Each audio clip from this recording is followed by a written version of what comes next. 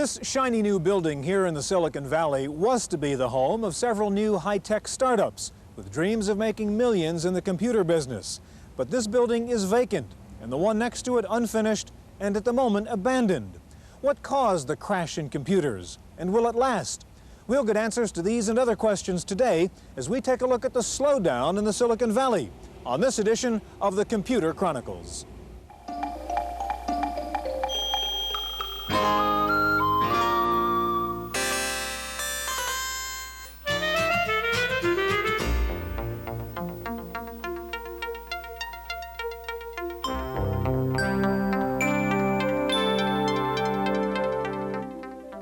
The Computer Chronicles is made possible in part by grants from AFIPS, the American Federation of Information Processing Societies, a nonprofit federation of 11 national societies for computer professionals.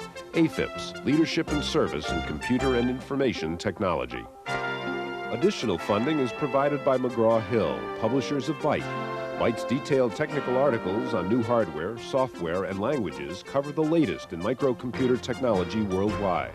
Byte, the international standard.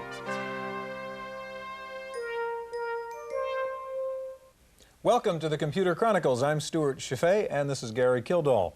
Gary, these two computers we have in front of us here are known as orphans in the industry, as you know, machines which when they first came out were highly praised for their technology, their price-performance characteristics, but machines which basically went out of business and aren't being made anymore. And indeed, all one seems to hear about the computer industry these days is disaster and failure and layoffs and plant closings and so on. You've seen this from two perspectives, having founded Digital Research several years ago, and now as a kind of new startup company with ActiveVenture. From your perspective, what is really going on in this industry these days? Well, there are a lot of components to this industry. Take, for example, the chip manufacturers like Intel are being hit really hard by the Japanese lower prices. Let's say commercial hardware systems, such as the Osborne, are in a market now that's largely dominated by IBM. Take the home market, something like the Coleco, that was something that really never hit the target. After the games, what else do you do with your home computer system? And of course, the software is layered on top of all this, and there's been growth in the software industry, but also that growth includes the growth in the number of suppliers, and of course, price erosion there. But I think that the way that we get out of this is sort of the same way we got into it, using innovation in the new technology that's coming along and also innovation in software. We're going to begin a special two-part look today at the slowdown in the Silicon Valley. And on today's program, we're going to meet a venture capitalist, an industry analyst, a Silicon Valley business correspondent, and one of the nation's leading computer retailers. We're going to begin this program, though, with a background look at how this industry got to where it is today. Silicon Valley's brief but tumultuous history is marked by unlimited optimism and brilliant innovations, bringing companies sudden success and frequent failure. But if continuing growth has cushioned the Silicon Valley from America's economic problems, the recent news is not so good. In 1983, worldwide sales of personal computers increased 76%. But last year, the increase was only 19%. And this year, analysts predict that sales growth will slow to about 4%. Losses among the two largest home computer makers through June of this year surpassed $600 million. Repercussions in the related industries have been equally severe. Canceled chip orders have created backlogs for semiconductor manufacturers, where sales have dropped by 25% in the last year. The number of American computer makers has declined from over 150 to about 40, with a similar drop among software developers. While poor sales have led to curtailed predictions and a bleak outlook, the reasons for the slump are not clear. The more expensive group of PCs aimed at the business market grew by 25% last year, while sales of machines under $1,000 showed no increase. At worst, it seems that the industry's new self-doubt is based on uncertainty about who is using the product and for what. Putting pressure on PC manufacturers is a growing group of sophisticated buyers who can afford to be more selective and more patient.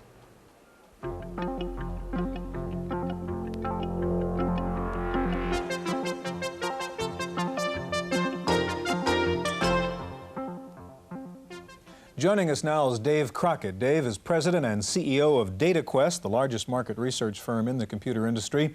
And sitting next to Dave is Sam Colella. Sam is a general partner in Institutional Venture Partners, IVP, one of the top venture capital firms in the Silicon Valley. Gary? I'd like to start out with a question for Dave. Clearly, computers and microelectronics are becoming more and more important in our society. If we're talking about an industry slowdown, what industry is it, and really where are the slowdowns occurring?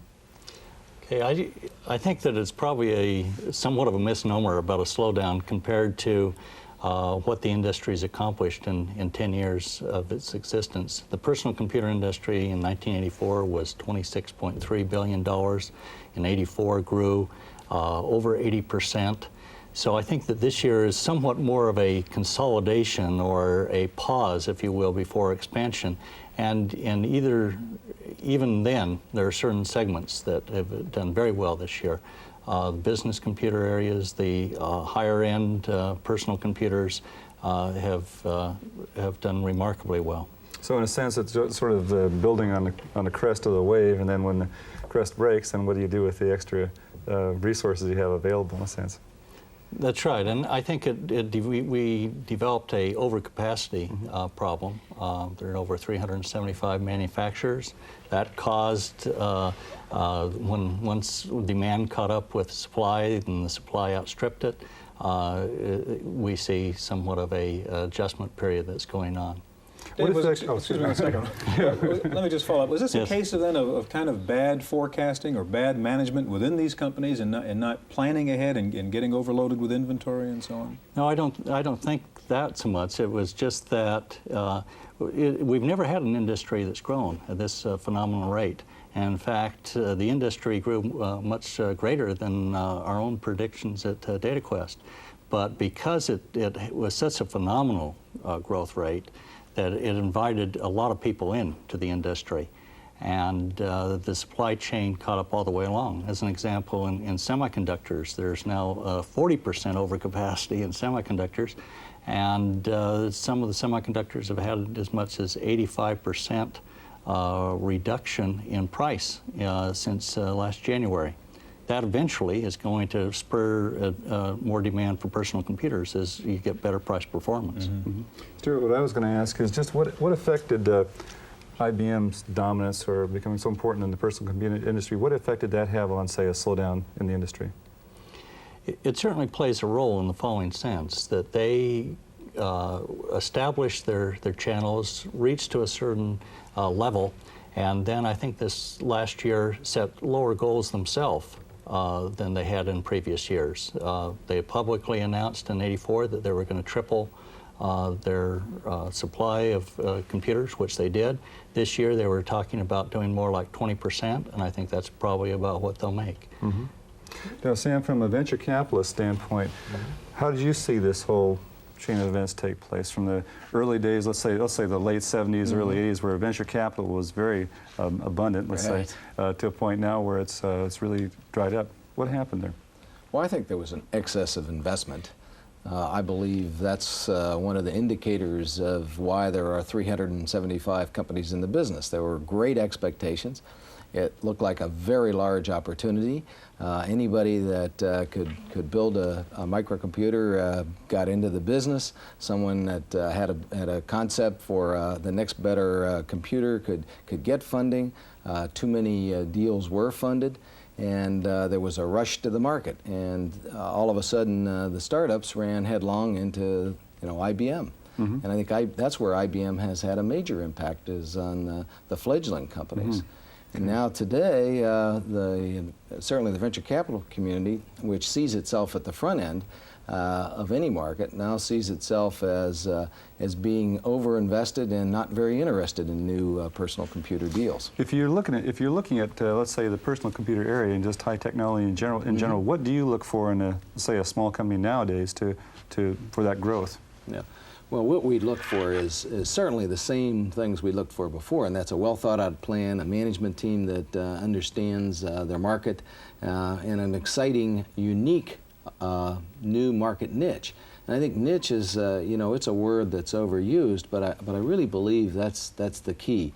We want to find new existing or new markets that the existing players or existing large companies are not paying attention to, and where we can establish a beachhead and then grow.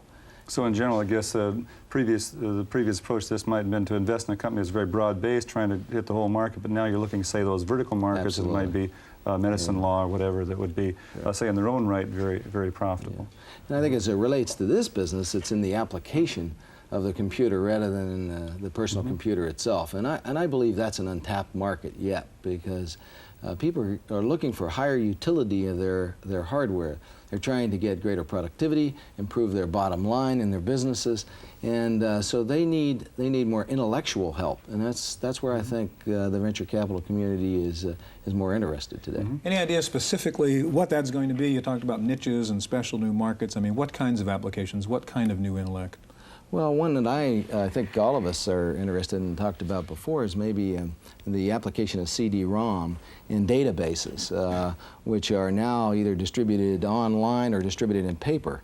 You know, with the new optical technology we have, we can put those databases, those large databases, on a disk, on a 5 1/4 or a 12-inch disk, and use the PCs we now own for data manipulation, for database handling, for computation or whatever. I think that's an exciting new field, as one in specific. Dave, let's take a look at the home market as distinct from, say, the commercial market. What's happening as far as that home computer market? Okay, the home computer market in 1984 had about a saturation rate or penetration rate in the home of 9%. This year it's up to 13%, so it's continued to grow. However, it's been at more of the high-end type of computer system, the above $500 as opposed to the low-end systems. And to be sure, most of the people that have home computers are using them for business or professional related work. So in order for it to become a true home market, it's going to have more of the kind of applications that Sam mentioned, of where maybe a localized database that could have transactions over the telephone line in order to place orders or to make changes or to get additional information on a localized database. So you sort of feel that the home application really hasn't been found yet. That's correct. Okay. Yeah. Is this really healthy in the long run? I mean, we've heard sooner or later there's going to be this sort of healthy shakedown, and while it may hurt a little bit right now, are we going to end up with better managed companies and, in fact, a better, more fine-tuned industry after this?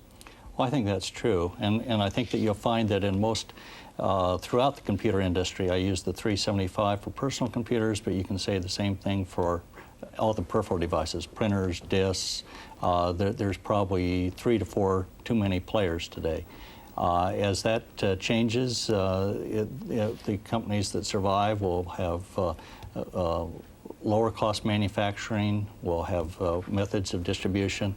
So I think in the long run, it is healthy for the industry, and all industries have gone through this. You look at the automobile industry, any of them historically have gone through such a Computers are no longer immune from the rules of economics. We have about a half a minute left. Sam, what is your projection as to when things will turn around and in what way? Well, I believe that the market is plateauing now, and I think we're going to see a stronger latter half of 85 and certainly a stronger 86. And I don't believe it's going to be the dramatic 80% growth we might have become accustomed to. But I think we're going to see an emergence of the applications. I think we're going to see an emergence of new peripherals. I think we're going to see an emergence of making this hardware and this equipment easier to use both in the business and in the home. So I think the turnaround started. Okay, gentlemen, we're out of time for this part of the show. Thank you very much. In just a minute, we're going to meet a Business Week journalist who specializes in covering the Silicon Valley, and we'll meet one of the country's top computer retailers. So stay with us.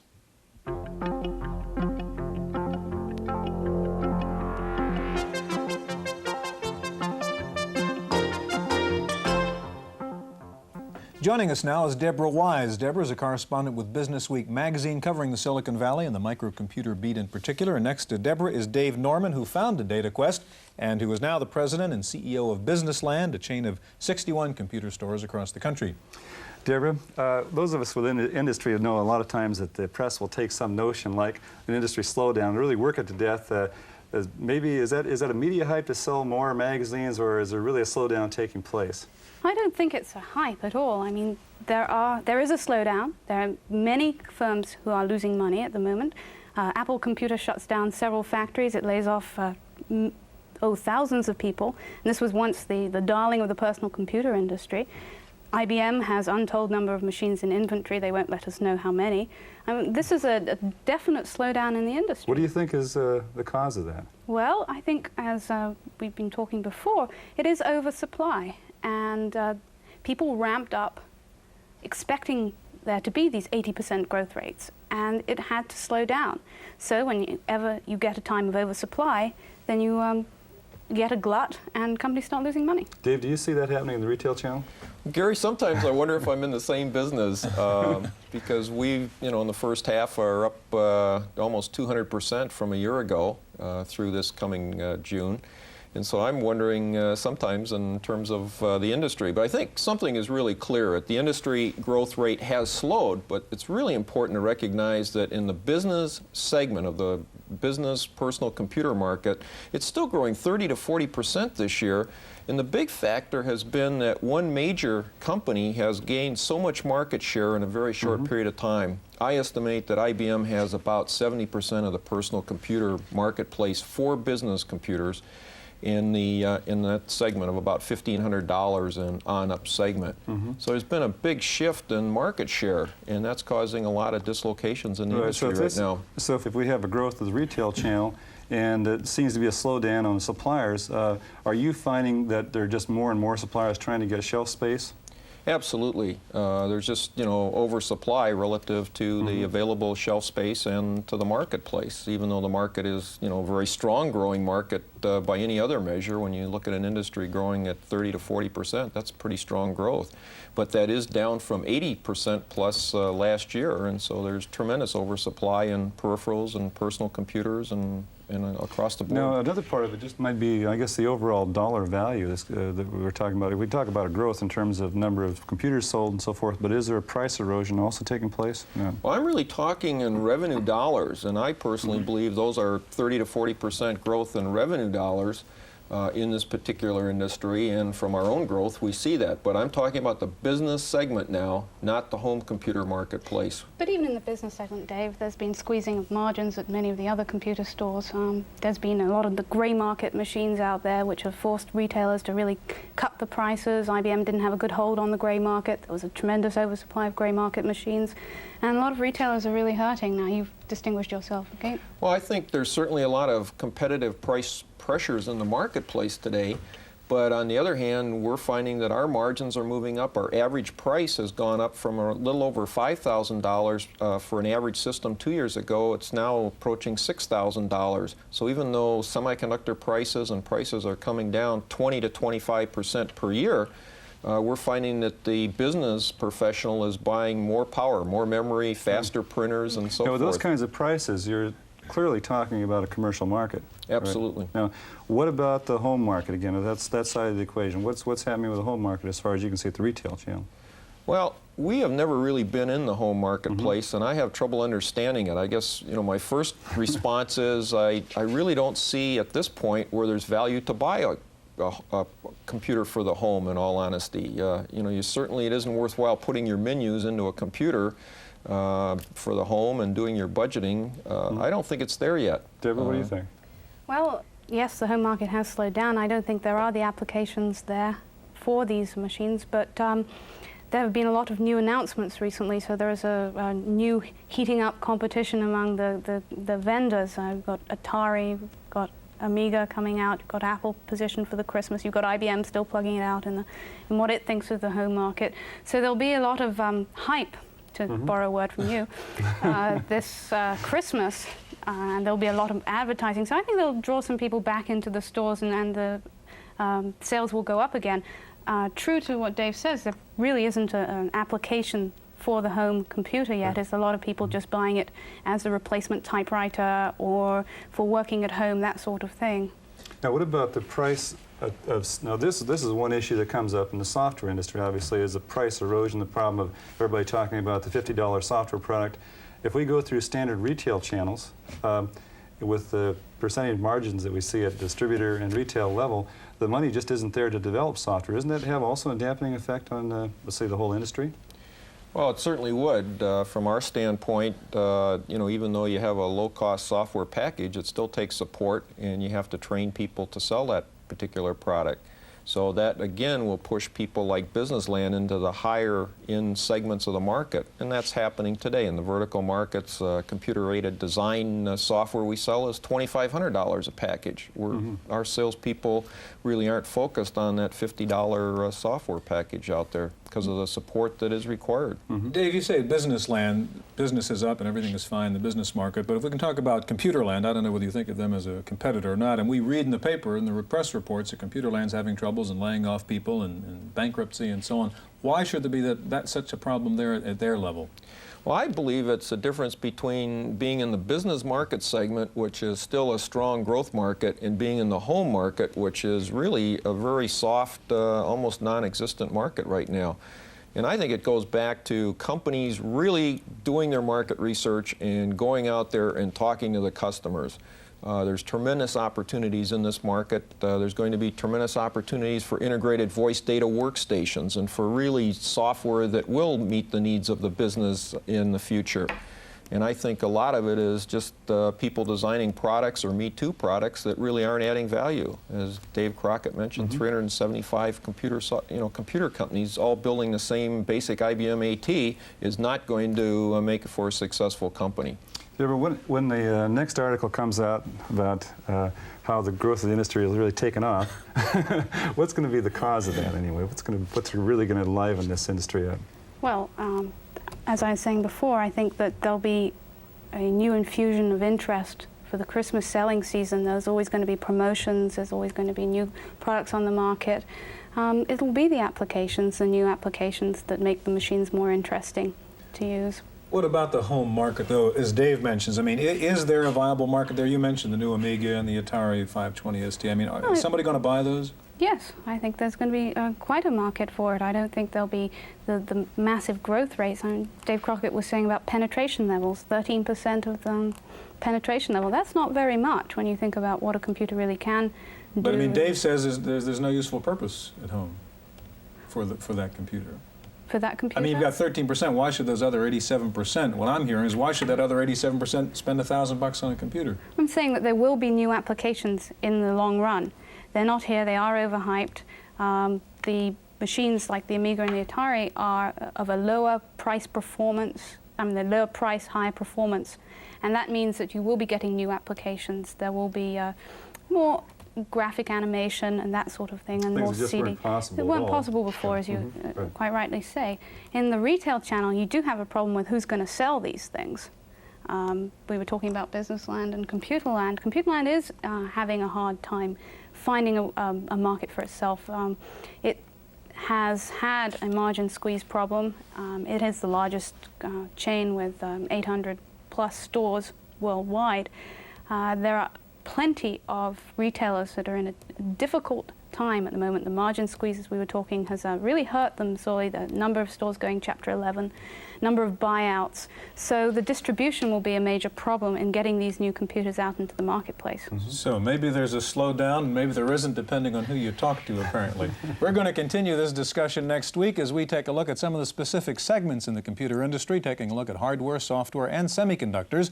And I'll be back in just a moment with this week's computer news.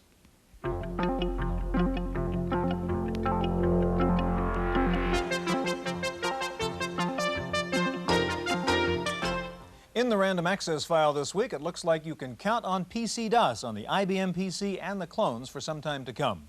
The new long-term development deal between Microsoft, the PC-DOS developer, and IBM means that IBM will not be moving toward a new proprietary operating system. That prospect had made a lot of software and hardware developers nervous about their investment in the PC-DOS standard. The new confirmation of the PC's open architecture should stabilize the PC market and stimulate new support products for the PC standard. If you're in the home market and looking for a mortgage, you've just found a new use for your computer. There are now several online mortgage database services that will quote you the best rates in your area, calculate your monthly payments, and even advise you on how big a mortgage you can handle on your income. The three biggest online mortgage services are CompuFund, Loan Express, and ShelterNet. Well, some computer magazines may be hurting, but the entrepreneurial spirit is hard to keep down. Despite the current slump in the business, 17 new computer magazines have appeared in the past 8 months. Meanwhile, most of the older established magazines are having a hard time. Ad revenue is sharply down at 9 of the 10 leading computer mags. The slowdown in the Silicon Valley has not slowed down the steady trek of foreign countries seeking to lure industry from the Northern California region. Recent visitors to the valley have included delegations from Austria, Germany, the Netherlands, Thailand, and Switzerland. The most successful so far have been Scotland and Ireland, with some 300 American high-tech firms now located in those two countries. Paul Schindler is back now with this week's software review. I have a lot of trouble with my mailing lists, just like everyone else, so I'm constantly on the lookout for the ultimate mailing list program. Catalyst may just be it. Now, for one thing, it stores foreign addresses and phone numbers, and that includes Canada. This is the only program I found that does that well. Another thing, I make mistakes. Most programs just let you make them. Catalyst is smart enough to warn you about all the common silly mistakes as you make them, not afterwards. Its screens are colorful. The program connects with a wide range of popular printers at the touch of a key. Now, there isn't time to demonstrate everything Catalyst does, but its menu gives a flavor of just how comprehensive this program is. You can print two kinds of Rolodex cards, as well as labels, envelopes, or bulk mail flyers. Catalyst can be used with more than a dozen popular word processing packages to create form letters. Its input screen is both comprehensive and flexible, leaving little to chance, including a variety of titles. Plus, it has the fastest sort I've ever seen. Catalyst, a truly impressive mailing list program, $250 from Automation Consultants International in Encino, California. For the Computer Chronicles, I'm Paul Schindler.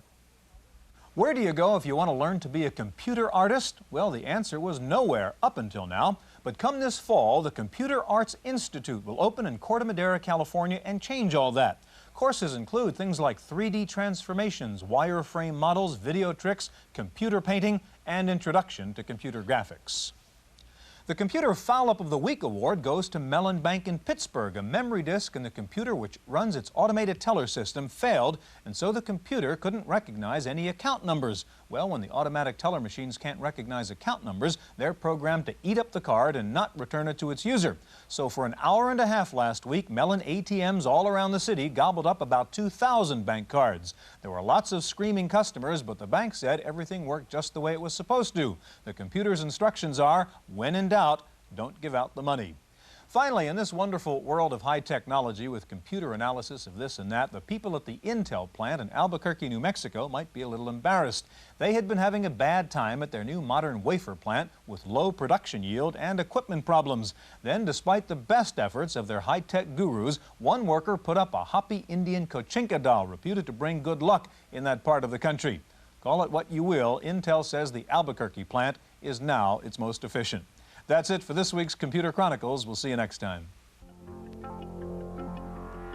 The Computer Chronicles is made possible in part by grants from AFIPS, the American Federation of Information Processing Societies, a nonprofit federation of 11 national societies for computer professionals.